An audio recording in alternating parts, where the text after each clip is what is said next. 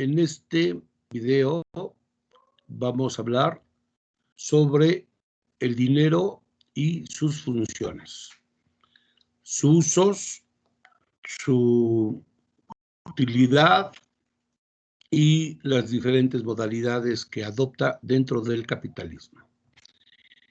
El dinero es un invento social. Esto quiere decir, no surgió con el hombre, sino durante muchos años los hombres vivieron sin dinero.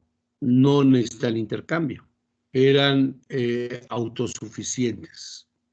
El dinero surgió conforme fue desarrollándose la división del trabajo, la aparición de diversas actividades, los excedentes y por consiguiente iniciaron los intercambios entre las distintas grupos, sociedades. Y ese es el dinero. Voy a poner una lámina que nos apoyará para esta exposición. Si me dan permiso.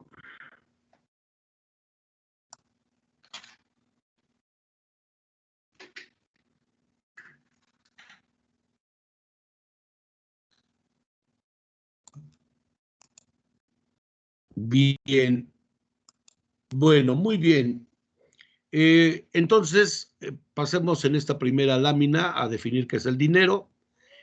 En la actualidad, el dinero es un conjunto de activos que las personas tienen y poseen, ¿sí? El dinero, de alguna manera, es riqueza, ¿sí? Yo tengo dinero en la bolsa y con ese dinero puedo salir a la calle, acudir al mercado y comprar cualquier bien o servicio. Entonces, yo cambio dinero por un bien o servicio, ¿sí? Entonces, primera definición, el dinero es un activo. En economía, en contaduría, un activo es todo lo que una persona posee, es dueña de, ¿sí? Y en ese sentido es la riqueza. El dinero que logremos acumular finalmente es parte de nuestra riqueza, ¿sí? Tiene varias funciones, sirve para comprar y pagar, sirve para medir valores, ¿sí? Y sirve para acumularse. Puede ser una moneda, puede ser un billete o puede ser dinero que yo tengo en el banco y es dinero electrónico, con el cual yo puedo, sin tener los papeles, billetes y monedas en la mano, yo puedo comprar, adquirir con el uso electrónico de este, ¿sí? Bueno, como yo decía, iniciando esta charla, no existía dinero cuando el hombre primitivo era recolector, era cazador, era pescador y vivía en comunidades.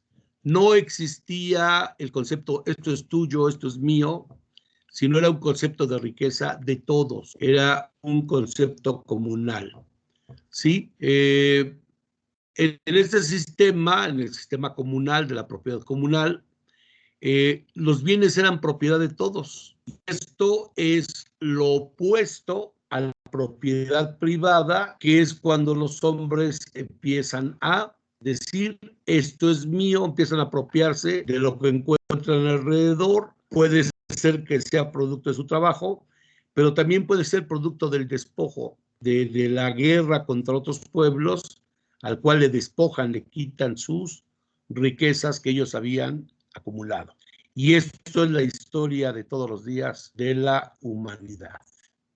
Entonces aparece la propiedad privada, aparecen propietarios, deja de ser sedentario el hombre, el ser humano, hombres y mujeres, y aparecen divisiones del trabajo, aparece el comercio, aparece la agricultura, la ganadería, ¿sí?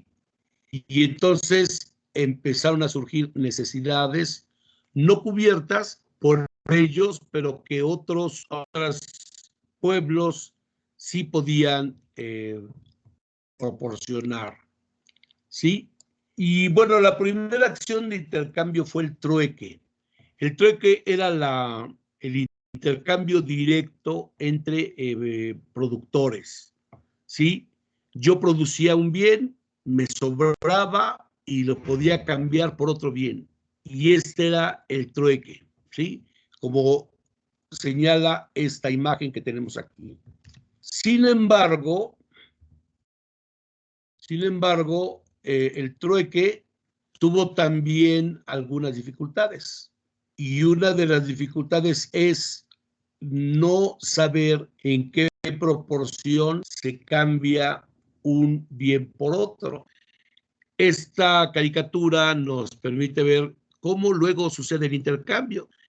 Este señor ya cazó un jabalí con el cual puede comer varios días una familia, y este señor quiere cambiarle un collar de piedras por su jabalí, pero tiene un garrote junto. Y entonces luego en esas transacciones se utilizaba la fuerza, ¿sí? El despojo. Tuvo ventajas y tuvo dificultades, ¿sí? Bueno, en sus inicios, primeramente el trueque se hizo entre personas cercanas, ¿sí? Había un intercambio, pero previo a este intercambio debe haber un acuerdo. ¿Cuánto quieres por tu producto? Quiero tanto. Bueno, yo no tengo tanto, te ofrezco esto. Y así se llegaba a un acuerdo.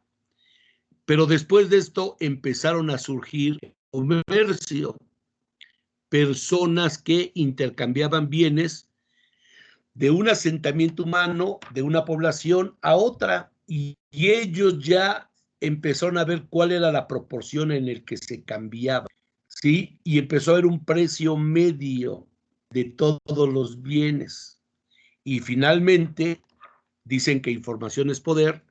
Los comerciantes, al tener información, ellos fijaban el precio mínimo para poder vender al precio máximo y tener una utilidad, ¿sí?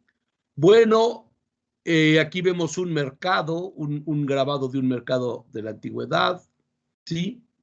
Entonces, había dificultades en el trueque, había veces que para que tú cambiaras un bien que tú necesitabas, tenías que cambiar tu bien por un bien, luego por otro, y al final ya podías hacer la transacción que necesitabas. Era necesario varios intermediarios, ¿sí? Pero cuando surgen los vendedores, los comerciantes, los mercaderes, empieza a facilitarse todo. Porque, ¿qué pasa? Yo le vendo al mercader mi bien y él tiene muchos bienes y me lo cambia. Así empezaron los comerciantes, ¿sí? Y entonces, finalmente, después de esto, apareció una mercancía, un bien de todos ellos, que empezó a ser el equivalente general y empezó a ser utilizado como dinero, ¿sí? Bueno, aquí están las ventajas.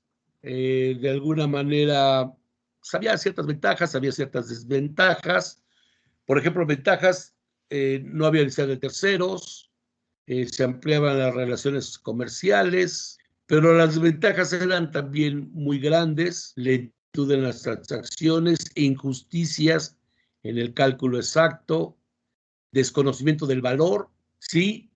Y sobre todo de que también los bienes que uno tiene tienen un periodo de caducidad. Si yo mato un animal de granja, mato un ave, una gallina, la tengo que vender, pero tengo que venderla antes de 24 horas porque se va a echar a perder, ¿sí?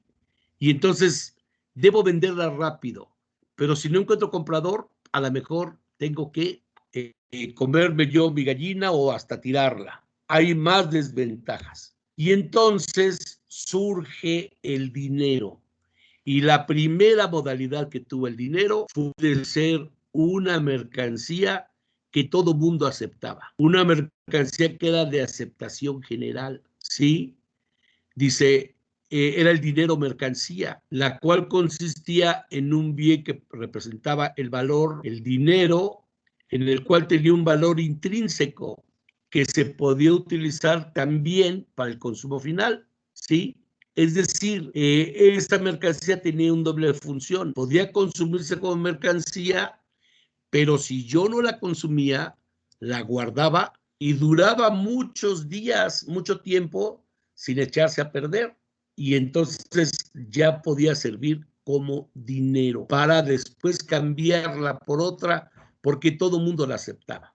¿Sí? Vean aquí, tenemos el caso de los aztecas y los pueblos mesoamericanos, que el cacao era la base de sus transacciones. El dinero que usaban el imperio azteca y los mesoamericanos con la llegada de los invasores españoles, que por cierto se van a cumplir 500 años de la derrota de la Gran Tenochtitlán y la colonización del país por los españoles y el consecuente saqueo de nuestras riquezas que fueron llevadas a España. Fuimos colonia, se van a cumplir 500 años. Bueno, ellos querían el oro, los conquistadores, en un afán de codicia, del dinero fácil, buscaban el dinero, el oro, el oro. No lo encontraban. Y si lo encontraban, los pueblos no le tenían aprecio. El cacao se dieron cuenta los ambiciosos españoles, conquistadores, que el cacao era el verdadero dinero y empezaron también a atesorar el cacao. En los pueblos mesoamericanos, el cacao fue el primer dinero que se utilizó. Y miren, acá tenemos este códice en el cual nos señala por qué tantas unidades de cacao o de pieles, que era otra moneda también, se cambiaban las cosas, ¿sí? Y entonces aquí, por ejemplo, 5 fardos de cacao, sí, eran igual a esto, ¿no? Y todo se tasaba en base al cacao. Acá dice la tasa en la cual se cambiaban. Sin embargo, desde años previos a México, a la conquista de México, se dieron cuenta los comerciantes y la gente que hacía intercambios que el oro era el material, la mercancía que más les gustaba, que más demandaban y más aceptaban. Y entonces el oro se convirtió en la mercancía equivalente general o la primera modalidad que tuvo el dinero. Bueno, el dinero como medio de intercambio, de acumulación, etcétera, debe tener las siguientes características. Primero, ser de fácil manejo, que podamos llevarlo en la bolsa. Y es más, mientras más pequeño sea, mejor, para que los ladrones ni vean que llevamos dinero. 2, de aceptación general, que todo mundo lo acepte y solo lo quieran, hasta idolatre el oro, rinde culto al oro. Tercero, que pueda ser divisible y volver a reconstituir sin ningún problema, ¿sí? Yo no sé si el cacao se partía medio cacao y se vendía, pero el oro sí. El oro se parte a la mitad y no pierde sus propiedades. O se puede fundir y no pierde no pierde gramos con cambiarlo de estado. Otros materiales sí pierden gramo al cambiarlo de un estado a otro. De fácil manejo, de aceptación. Y lo último, que no pierdan sus propiedades físicas a lo largo del tiempo. Quizás el cacao después de 20 años ya no sea el mismo cacao y ya no se acepte, pero el oro tiene miles de años y no ha perdido sus propiedades. Acá tenemos dos piezas de monedas de oro de la antigua, y el oro sigue siendo la expresión de la riqueza mundial, y tenemos un hermoso ejemplo de ello, la onza Troy de oro puro que México emite desde el año del centenario de la independencia, 1910, el centenario famoso, y es una onza de oro. En la actualidad vale 38,000 pesos una onza de oro, ¿sí? Se siguen acuñando estas monedas porque representa y concentra la riqueza. Y aquí hablábamos también de valor intrínseco. El valor intrínseco es cuando una moneda, sí, tiene el mismo valor. Es decir, una monedita de oro vale lo mismo que se está vendiendo, ¿sí? Tienen el mismo valor intrínseco. Viéndolo en términos de la teoría del valor de Smith y de Marx, el valor es el trabajo. Y entonces cuesta el mismo trabajo producir una moneda de oro que los bultos de maíz, por ejemplo, ¿sí? Es el valor intrínseco, el valor que tiene de por sí el valor real que tiene una mercancía. Bueno, ahora bien, ya el dinero, ya lejos de sus formas, sus modalidades, tiene funciones. El dinero sirve para varias cosas, ¿sí? Para que un bien pueda ser calificado como dinero, se deben satisfacer los siguientes criterios. Ahí dice 3, pero en realidad son 4 criterios, porque vamos a hablar de uno al final, y que son las principales funciones que cumple el dinero en un sistema económico moderno. Bueno, eso ya lo digo desde la época de Marx, desde antes. La primera función es servir de medida de valores, ¿sí? En este sentido, el dinero le da cuerpo, por decirlo así, sirve de molde para que las demás mercancías expresen su valor, lo que no pasaba con el trueque. No había un molde, no había una unidad de medida, un litro, un kilogramo, etcétera, para expresar su valor, ¿sí? Ahora ya tenemos un molde que es la unidad monetaria.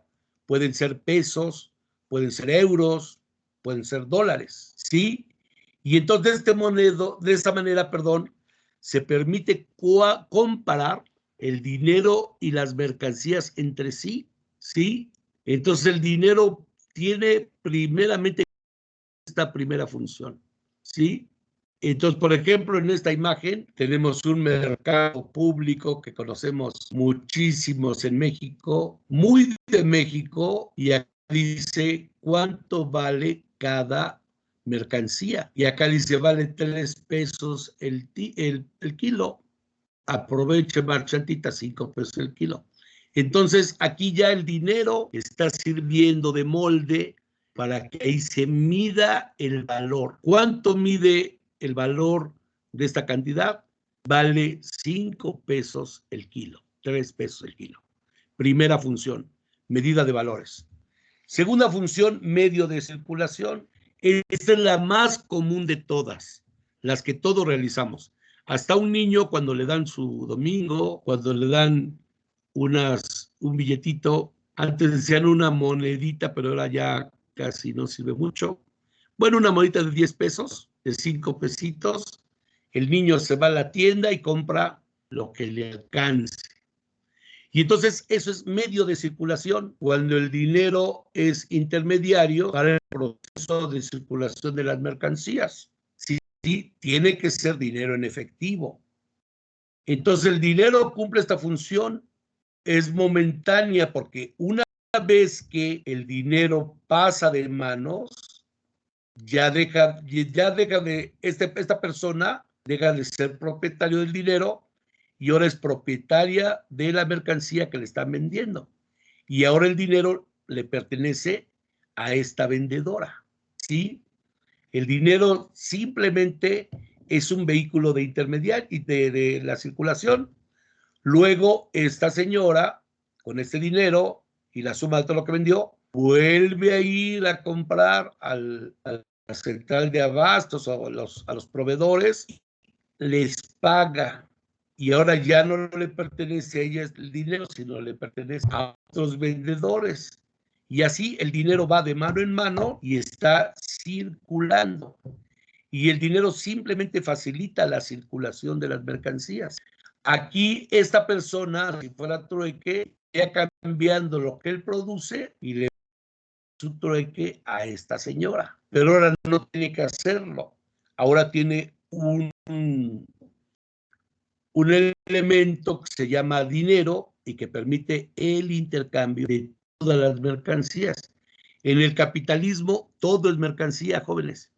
Todo se compra y se vende. Hasta los sentimientos más puros en el capitalismo se compran y se venden. Todo se compra y se vende. Y la segunda función es medio de circulación. Bien, y nos vamos a la tercera función, que es medio de acumulación o medio de atesoramiento. Bueno, las personas también quieren guardar su dinero, ¿sí? Y entonces quieren ir acumulando dinero, ya sea para irse a un viaje al fin de año, comprarse un horno de microondas, comprarse una bicicleta, en fin. Entonces guardan dinero. Y entonces esa función del dinero de poder guardarse sin perder sus propiedades se le llama medio de acumulación, atesoramiento. ¿Sí? Acá abajito, dice, la función del dinero como medio de atesoramiento se debe que, dada su condición de representante universal de la riqueza, puede comprarse cualquier mercancía y se puede guardar en cualquier cantidad, ¿sí?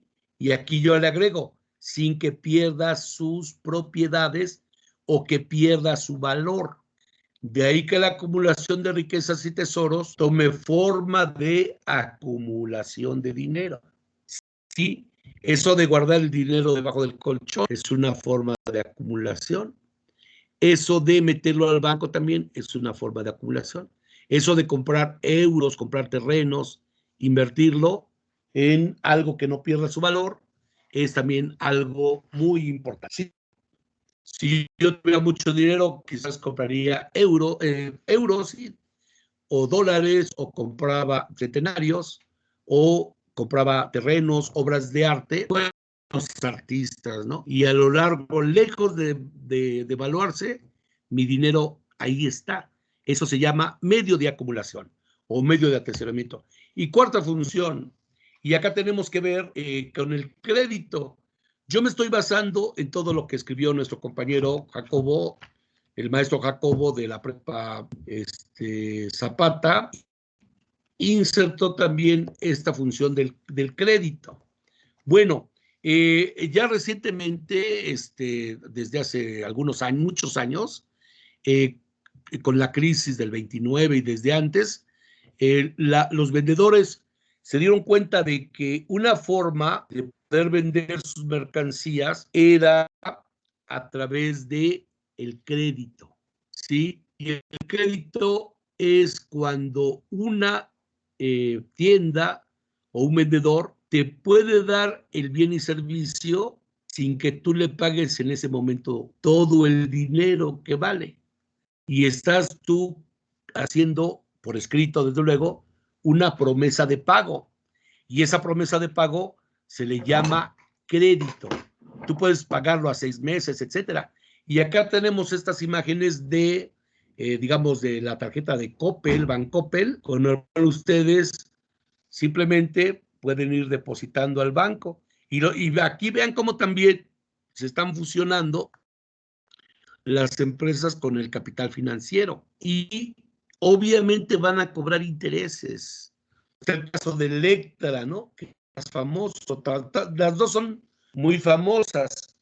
Electra también vende electrodomésticos, bicicletas, todo eso, zapatos, todo lo que puede a la gente que no cuenta con todo el dinero para comprar en efectivo y acepta los intereses.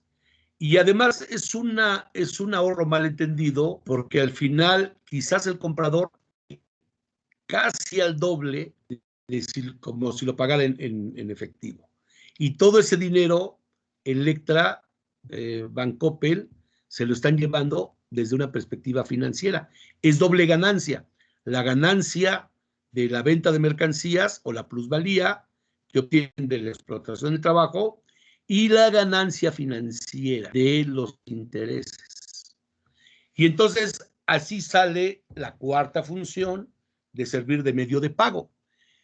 El dinero actúa como medio de pago cuando la compra-venta de la mercancía se efectúa a crédito. Y entonces el dinero ahí sirve nada más para pagar, estar pagando. ¿Sí? Y en este caso ya se dio previa a la circulación de mercancías. Ya la segunda función del dinero de medio de circulación dio la circulación sin dinero. Simplemente se dio con una promesa de pago. Ah, pero va a estar entrando dinero después y a lo mejor hasta más dinero por los intereses, ¿sí? Y entonces a eso se le llama medio de pago. El dinero es para cumplir las promesas de pago, ¿sí? Cumple la misma función en las operaciones de préstamo, los impuestos, etcétera. Entonces, es un pago a posteriori, es un pago después de la transacción, ¿sí? La función del dinero como medio de pago hace posible la liquidación recíproca de las obligaciones deudoras y economizar este dinero en efectivo. Bueno, y aquí debía estar esta lámina antes, lo que yo dije, las funciones del dinero. El dinero debe ser, estas no son funciones, estas son características. Debe ser durable, que debe durar mucho tiempo sin perder sus propiedades físicas, transportable, de fácil manejo, de fácil transportación. Imagínense cuando las transacciones se hacían con cabezas de ganado, había que llevar el ganado hasta quién sabe dónde para vender como trueque. Divisible, lo que también les dije, poder dividirse y subdividirse en pequeñas partes a voluntad. Pero ¿qué pasa? El único material que lo puede hacer son los metales preciosos, el oro y la plata, ¿sí? No se puede partir media cabeza de ganado, no, ahí se vende completo, pero con dinero sí. Y otro homogéneo, debe ser la misma, cualquier unidad de dinero debe ser igual al de la más. Bueno, y entonces cuando fue el oro, entonces empezaron a falsificarlo. Entonces debe ser controlado. Se falsificaba el oro, miren, hacían una moneda de un metal menos caro, cobre, por ejemplo, ¿sí? Y encima le echaban una capa un baño de oro, le dice. Sí, por eso no sé si ustedes sabían que antes, cuando pagaban con monedas de plata u oro, la gente las tiraba al suelo. Y el sonido de la plata o del oro eran muy diferentes al de un metal no tan fino como ellos, ¿sí? Y después esto quedó a cargo del Estado. El gobierno era el que acuñaba las monedas, le ponía su sello y evitaba la falsificación. Desde luego que los castigos por aquellos que falsifiquen dinero son castigos más severos que si ustedes mataran a una persona. El único que tiene la capacidad de acuñar monedas en nuestro país, la autoridad, el Banco de México. ¿Sí? Bueno, muy bien. Y entonces el dinero, el oro es insuficiente para tantas transacciones. Ya desde la antigüedad es suficiente. ¿Por qué? Porque también la gente lo acumulaba. No quería sacar su oro y entonces le daba miedo perder su oro. Y entonces lo que hacían eran guardarlo y comprarme. Los seres humanos somos codiciosos por naturaleza. Y entonces hubo necesidad de que una autoridad se hiciera cargo de la emisión de dinero. Y eso se le llama dinero fiduciario, cuando se sustituye el dinero metálico. ¿Y quién era el que se iba a hacer cargo de eso? El Estado, el gobierno, la autoridad, ¿sí? Y con ello se crearon billetes o monedas de menor valor. Y entonces aquí ya el valor intrínseco de una moneda de cobre que dice que vale 100 pesos no va a ser igual al valor que tiene una moneda de oro que dice que vale 100 pesos. Ya uno es signo de valor, ya perdió su valor intrínseco, ¿sí? Por ejemplo, un billete, el billete de 500 pesos, ¿cuánto puede costar producir ese billete? Yo le calculo 10 pesos porque lo hacen en serie. Vale 10 pesos un billete de 500 pesos. El valor intrínseco de ese billete de 500 pesos es ínfimo, ínfimo. ¿Sí? Es una centésima parte de lo que vale. Bueno, la aparición del papel moneda fue un invento de los chinos.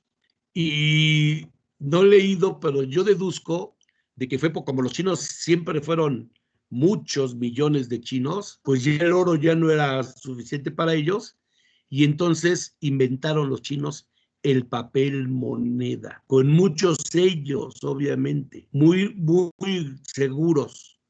Cuando llegó Marco Polo, después de los viajes a China, ahí por el siglo XII o XIII, sí, ya casi el Renacimiento, se sorprendieron los europeos de que trajo esos papelitos que eran los billetes.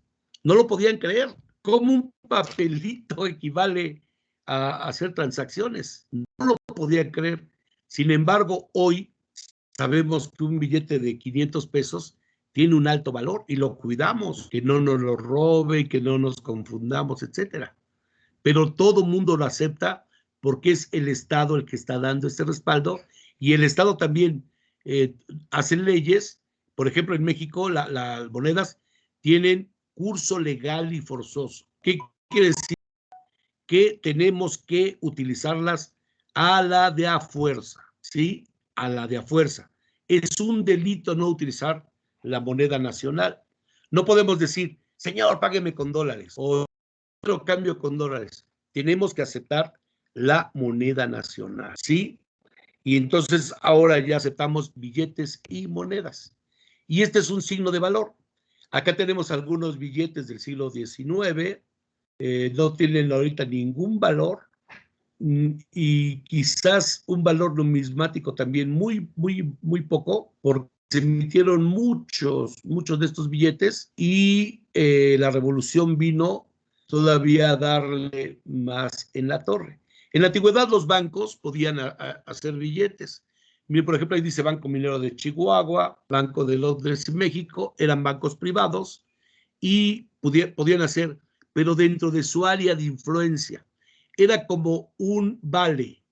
Decían, bueno, lo respalda, hagan las transacciones, pero si quieres cambiarlo por oro, llévate tus billetitos, tus papelitos al banco y el banco te lo cambia por oro. El banco lo estaba respaldando.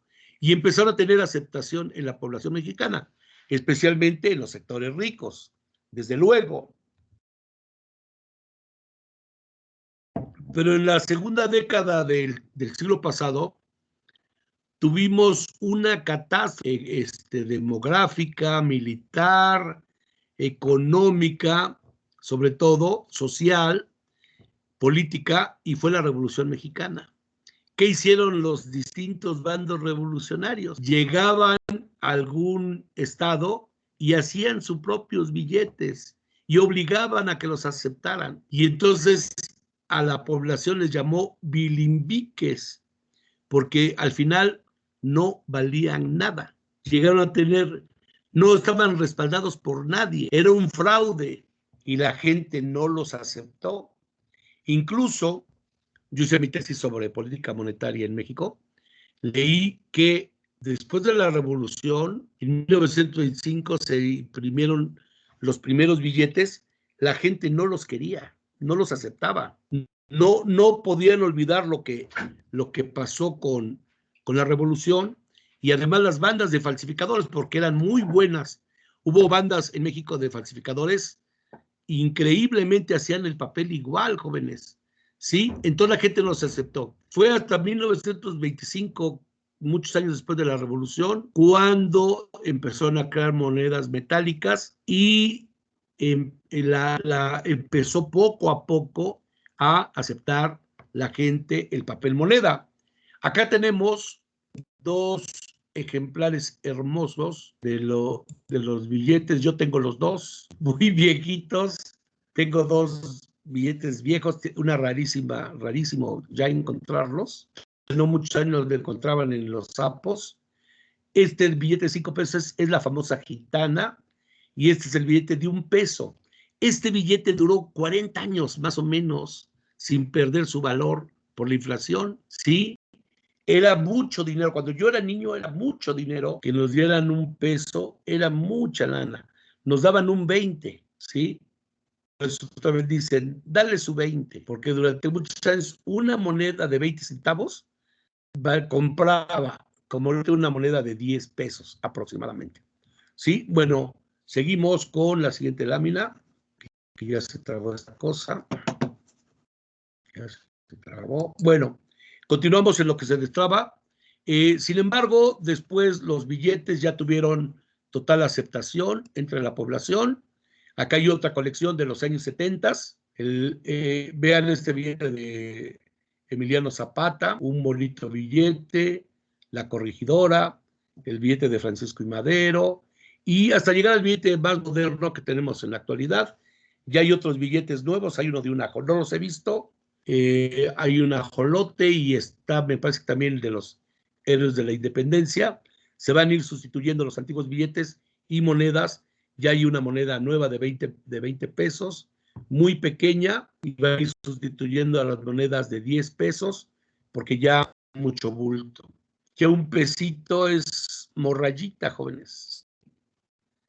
Ya no hay cambio de 50 centavos, ¿sí? Entonces se tiene que ir reacondicionando el sistema monetario en México.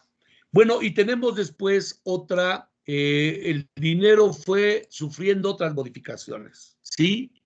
Y en los años 50, jóvenes, los bancos norteamericanos emitieron sus cheques. Y entonces era muy fácil, a los clientes les dan un talonario y firman, y no tienen que estar pagando. Simplemente en el banco tienen una cuenta de banco y un depósito, y lo ponen. Y además también pueden poner la fecha cuando te pagan. Y puede ser que te la pongan a 1 mes, a 15 días, y es cuando tú puedes cobrar, ¿sí? Y entonces ahí el pagador, como tiene eso, él pone las condiciones.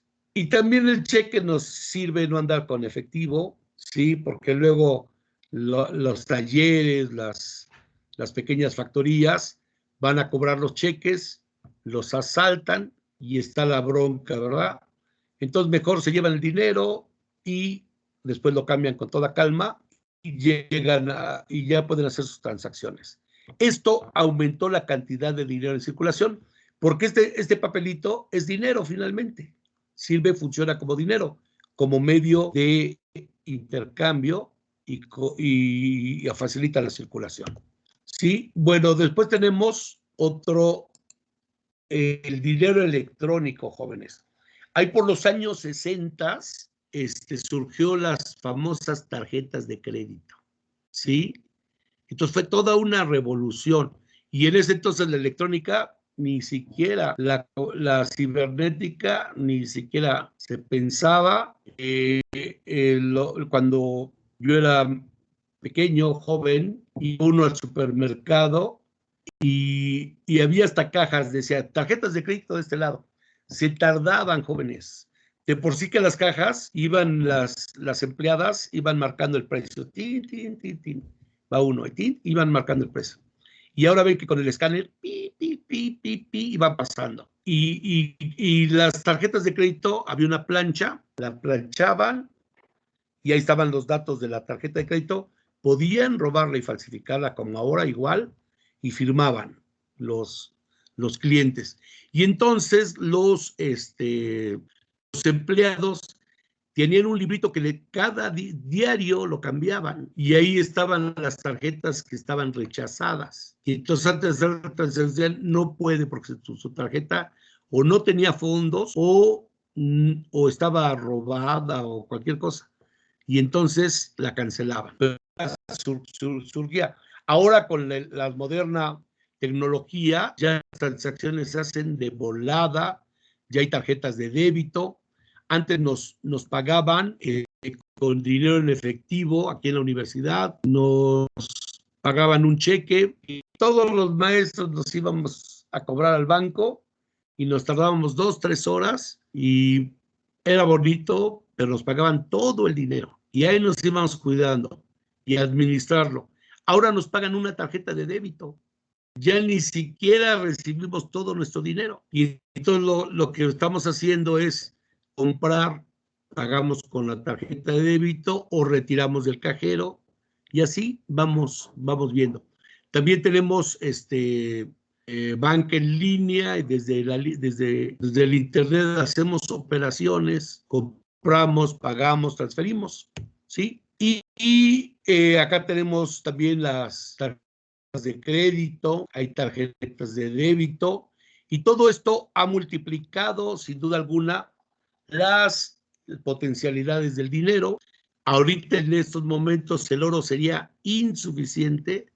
Si alguien quisiera, yo quiero mi oro ahorita, colapsa el mundo.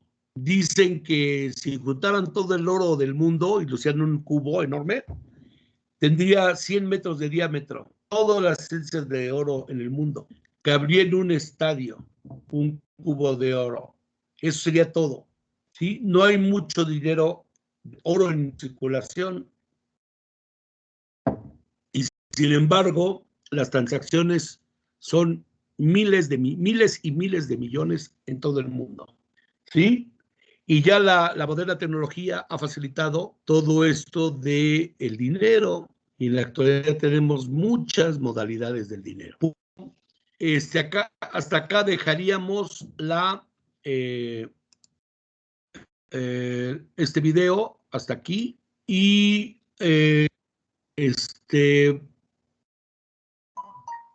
vamos a dejar una tarea, y esta tarea la voy a poner en la publicación de cada grupo, y esta tarea consiste en hacer un resumen con los 15 principales conceptos que se señalan en este libro, ¿sí?